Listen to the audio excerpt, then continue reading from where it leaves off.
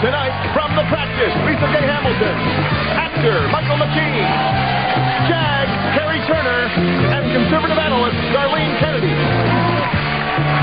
Thank you very much. Oh, wow, I tell you, this presidential race just gets more interesting by the day, doesn't it? It just seesaws back and forth. And I tell you, yesterday, now, John McCain, who lost in Virginia, not by as much as Bush claimed, only 9 points.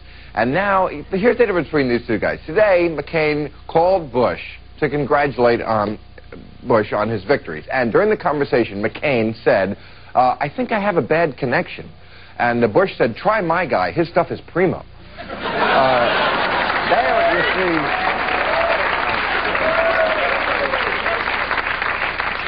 I can't. Well, no, I kid George Bush about his drug past. But, you know, now that he is back ahead in the delegate count, I think it came out the other day because he said, boy, it's good to be out from behind the 3.5 grams. I mean the 8 ball. Good. Well, over on the Democratic side, Gore and Bradley tonight had their debate here in California. Wow! It was on CNN, it was on C-SPAN, and it was on Fox under the title, Who Wants to Marry a Monotone?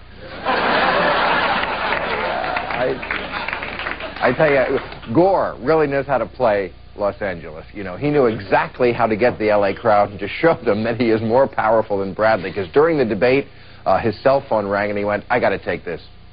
All right, let's meet our panelist. She is a conservative policy analyst and law professor at Virginia's Regent University, Darlene Kennedy. Darlene. Thank you very much. She is one of the fine stars of JAG. Tuesdays at 8 on another channel. Karri Turner. Karri. There you go. I get one for you, too. Thank you. He is an actor, comedian, and one of our favorite guests. His new movie, Little Nicky, opens this fall. Michael McKean, right over here. Big Bill. How you doing, Frank? Hello. And one of the 12 stars of The Practice, Sundays at 10, right here on ABC, Lisa Gay Hamilton. Hey, you. That's right, I get a kiss from all the girls. Okay, let's talk a little bit about my favorite subject, George Bush, now that he might be president again. Now, the whole point of George Bush when he first started was that he was a moderate. But then when he got his high-priced ass kicked in New Hampshire, he made a run to the right in South Carolina that would make Mussolini's march look like Earth Day. So, as you all know, he got in trouble for speaking at Bob Jones University. And if you go to a school named Bob, I don't know. Let me tell you some things about Bob Jones University. It started in 1927 by a segregationist named Bob Jones. Prohibits interracial dating, drinking, kissing, rock music, movies, hand-holding, and smoking in South Carolina. Smoking. In South Carolina. You can smoke during labor in South Carolina. You can only go on a date if it's in a monitored dating parlor. Right. Women have to wear ankle-length skirts. Couples can't leave campus unchaperoned. Billy Graham, I'm not kidding, dropped out after one semester. Well, he had heard it was a party school. It is a party school. I think you can see the girls of Bob Jones will be the next Playboy pictorial. But, okay, we know that about Bob Jones, that's the Baptist. But Al Gore, the other day, visited New Square, New York, which is 7,000 ultra-Orthodox Hasidic Jews, who, there's not one black there. They separate men and women. And I just want to know, why do the Baptists, not that I'm defending them, but why do they come under this kind of fire, but nobody says a word about Al Gore at New Square, New York? Well, the Hasidim community, their practice is of the women and men being separate in their religious faith. That is practiced internally. What's happening at Bob Jones is they are casting aspersions on different religions, on different races. I'm a practicing Catholic who's in interracial marriage. I mean, you know, I'm on the hit list out there probably. But the fact of the matter is, you know, they're saying you can't do that. There's nothing in the Bible that tells me that people cannot date of different races. That people Bible thumpers say there is. Yeah. Well, you know what? If you look in the Bible that I read, if you look in any copy of the Bible, you can see, and I'm not making this up, you can see you're not supposed to go to temple if your testicles have been damaged. It is in, it's in there, guys. I'll have the number. You can find anything you really want, even if it's an excuse not to go to temple.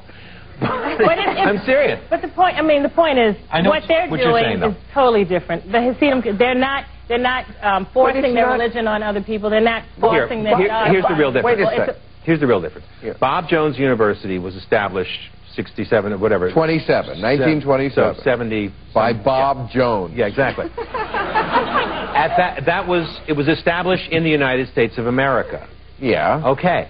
So we're not talking about ancient history here. We're not talking about tradition that goes back and back. We're not even talking about you know, this isn't even basic Baptist. This is a focus. Has been refocused by Bob Jones personnel. But he wasn't there to talk about that anyway. I mean, he wasn't there to say you guys are doing the right thing behind closed doors or behind university doors, or you're doing the wrong thing. He was there to win votes. I don't see the difference. Bob Jones University is a 200-acre enclave where people are practicing this sort of thing. They're not asking the world to come to them, nor are they going to the world. And the same thing with New Square in New York. It's just that politicians come to them to get a certain sort of political cachet from appearing there. I don't see how it's different. It's totally different, though. Why? This New Square in New York is a theocratic fiefdom. Rabbis can expel people who disobey. Yeah. But they're a religious practice, and the fact is that we're in the United States of America, and we have a right to practice the religion that we feel most comfortable in, and if that's their choice, but I agree with you. That's not the question. It's totally different than what Bob asking. Jones University is saying when they're going out to try to make people not do the question I'm asking is if right. one politician goes to one of these places from the 18th century and gets tarred for it, why does the other politician not, who goes to a place that's also not quite being dragged into the 21st century? I think each politician in this case are preaching to the converted. They're going, I mean, the fact that it was Bush who went to Bob Jones and that it was Gore who went to the Hasidim in New York, it's just, you know, you're going to the same, you're eating knishes if you want that vote. It's just, that's the way Democrats behave, and that's the way the Republicans behave, really. Politics. They're there to win votes, and I think that's the bottom line. Like, big deal. You weren't there, like I said, to say, I'm a big fan of Bob Jones, or, Bob Jones. But I still don't think that's Bill's point. I don't think that there's a difference between the two institutions. And quite frankly, if George Bush did go there to speak, clearly, possibly he does support what. So I don't think that he needed to come out to defend himself and say, well, I don't. Well, clearly he does, obviously. And my question is, did Gore actually speak to the women of the Hasidic community and pander their vote as well, which would have been the proper thing to do, one would think, and the smart thing to do. But I don't think there's a difference. There is a difference between what's right and wrong, possibly, in terms of what institution practices what. Yeah. Yes. But is there a difference between one politician going to one institution and another? I don't think there is at all. And why do people, when they check into a motel, use the name Bob Jones? We have to take a little break. Well said, young lady.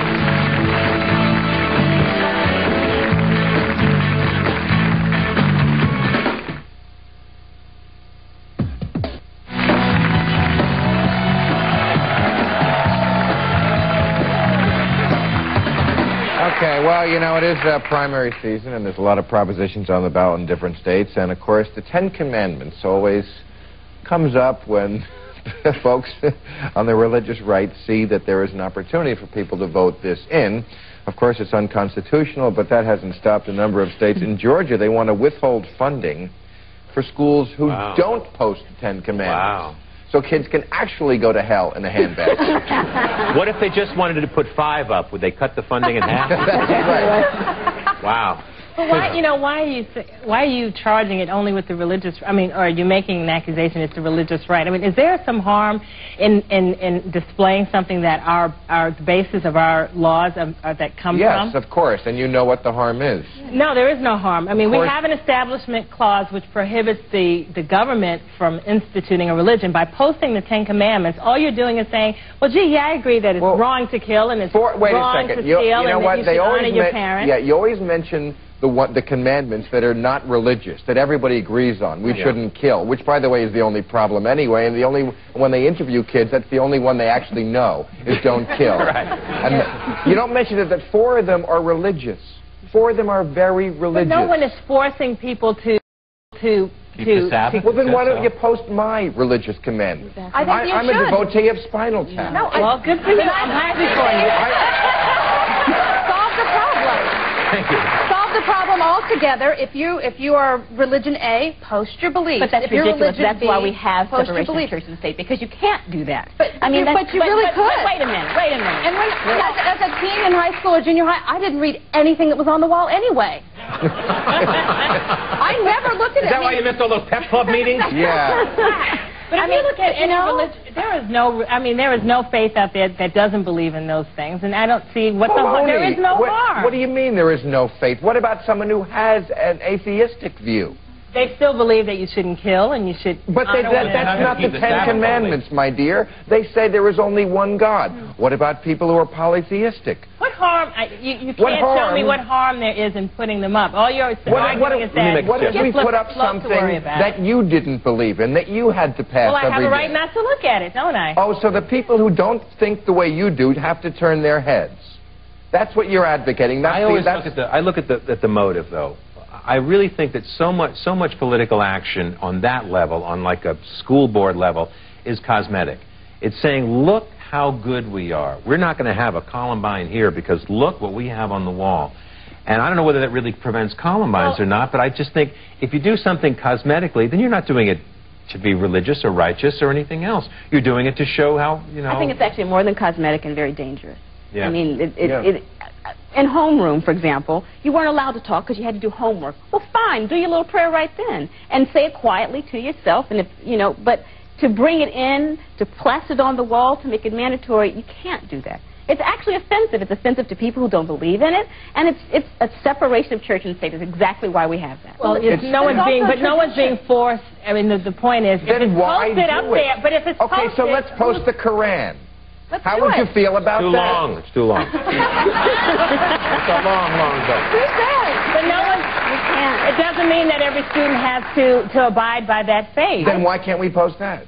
Right? Yeah, I think you can. I really think that if you have a list as a certain religion, if you have a list of things that are important to you, put it up. There are hundreds of yards of hallways and hundreds of schools that are blank. Fill them up with what you believe. Why don't we leave them? It's okay. But it's a school. Yeah, it's turning hallways into where most of our children spend a great deal of their day each and every day. But it was only a place where people could go, say on Sundays. Hello. where this was appropriate. What? Yeah. But you know what it does? I think it also, like we are doing here, it causes active debate. If I read something and said, I don't believe in that, I think that's we've got too many other things to talk about in class in this particular debate. I mean, if you want to have a class about it, that's one thing. It's not like we're going to discuss the 10 Commandments and make a few changes. Right. It's literally written in stone in this case, you know. Yes. And it's kind of like I think it's a wonderful thing, but it's something that. Listen, I was in elementary school and we had to say the Pledge of Allegiance. I stood and chose not to speak. I was going to school. I'm old enough to have gone to school when they had school prayers and they yanked them. And I was in 5th grade, and the woman, my teacher, spent 10 minutes every day talking about how they should have the prayer back. So I got bored an extra 10 minutes because they took the prayer out. You just made my point. You said that you didn't say the pledge when the rest of your peers did. So what's the difference between you not paying attention to the 10 Commandments on the wall when other people might want to respect that? No, that's not the same thing. That's not the same thing. It still doesn't belong there. What part of legislating your taste don't you get? Yeah. It's not legislating my taste. Of course it is. Something that we have to sanitize and take away hundreds of years of tradition. Why do we have to go scrub everything clean so it is so politically correct that we're bored to tears? You think this is about political correctness? Really interesting. Yeah, it is. Why didn't you say the Pledge of Allegiance? Oh, specifically as an African American, I didn't. And growing up in an all-white school and going to school with all-white children, where I was called nigger every day, this was not my country, and this was not my Pledge of Allegiance to be said. So, similarly to the issue of religion, just as I chose not to say the Pledge of Allegiance, has nothing to do with religion, though, although there is God in there, isn't there, somewhere? See, if you were black, you'd understand that. Oh, sorry, you are. And Catholic, too. Don't forget that. Well, I think they should have Casey Kasem do the 10 Commandments every day. Start with 10 if you want, and go down to 1. Just over the loudspeaker. If you don't like to hear it, just talk this. I got to take another commercial. We'll be right back.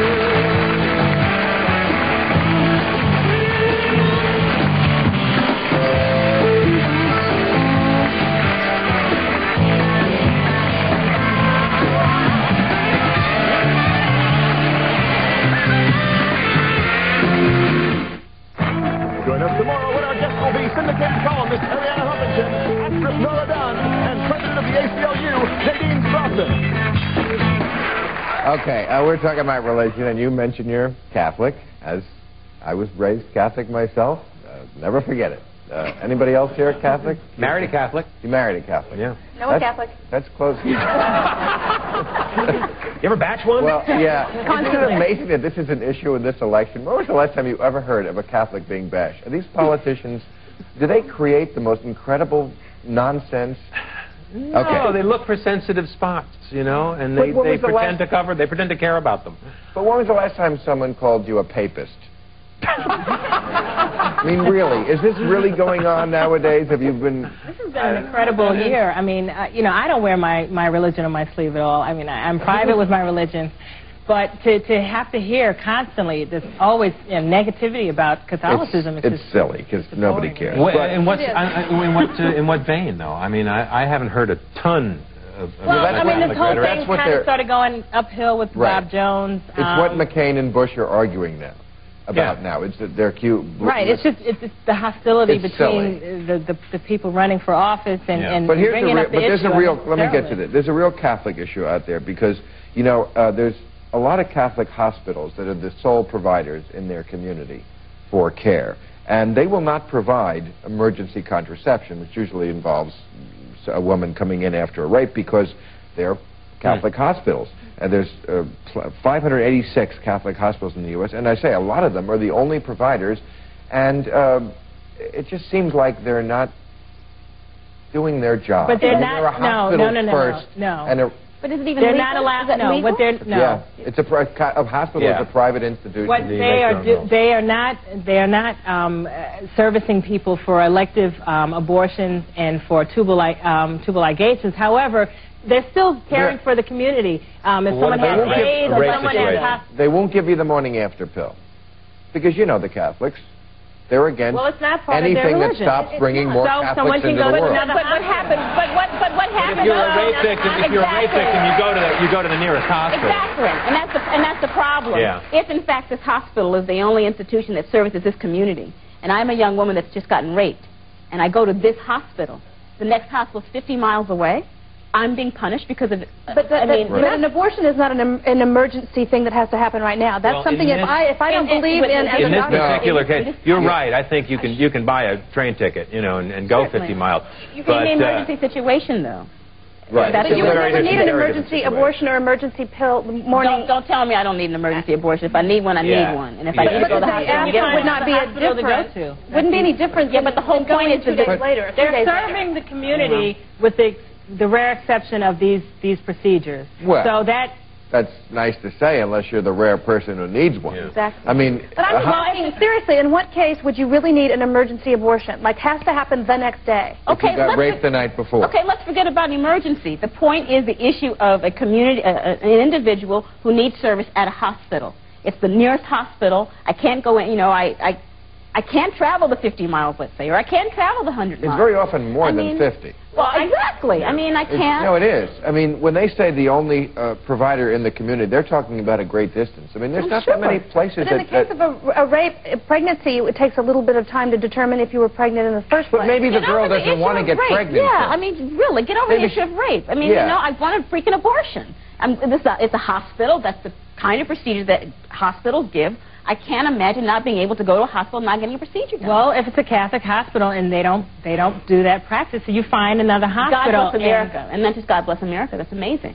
That's just phenomenal. Well, I don't, you know, that's something that someone is making an election to do. If it's an emergency, if there's surgery that has to be done, they're not turning people away from their doors. They're saying we will not perform abortion. We will not perform. It's a moral issue. Well, it's part of the Catholic religion. First about medicine? Does anybody walk in there and go, is there a doctrine in the house? They are practicing medicine with the rare exception of those procedures. But you know what? And there are, as a matter of fact, what you neglected to mention is there are a few of those Catholic hospitals that do provide some forms of contraceptives. Well, let's encourage them. All right, I got to take a break. We'll be right back.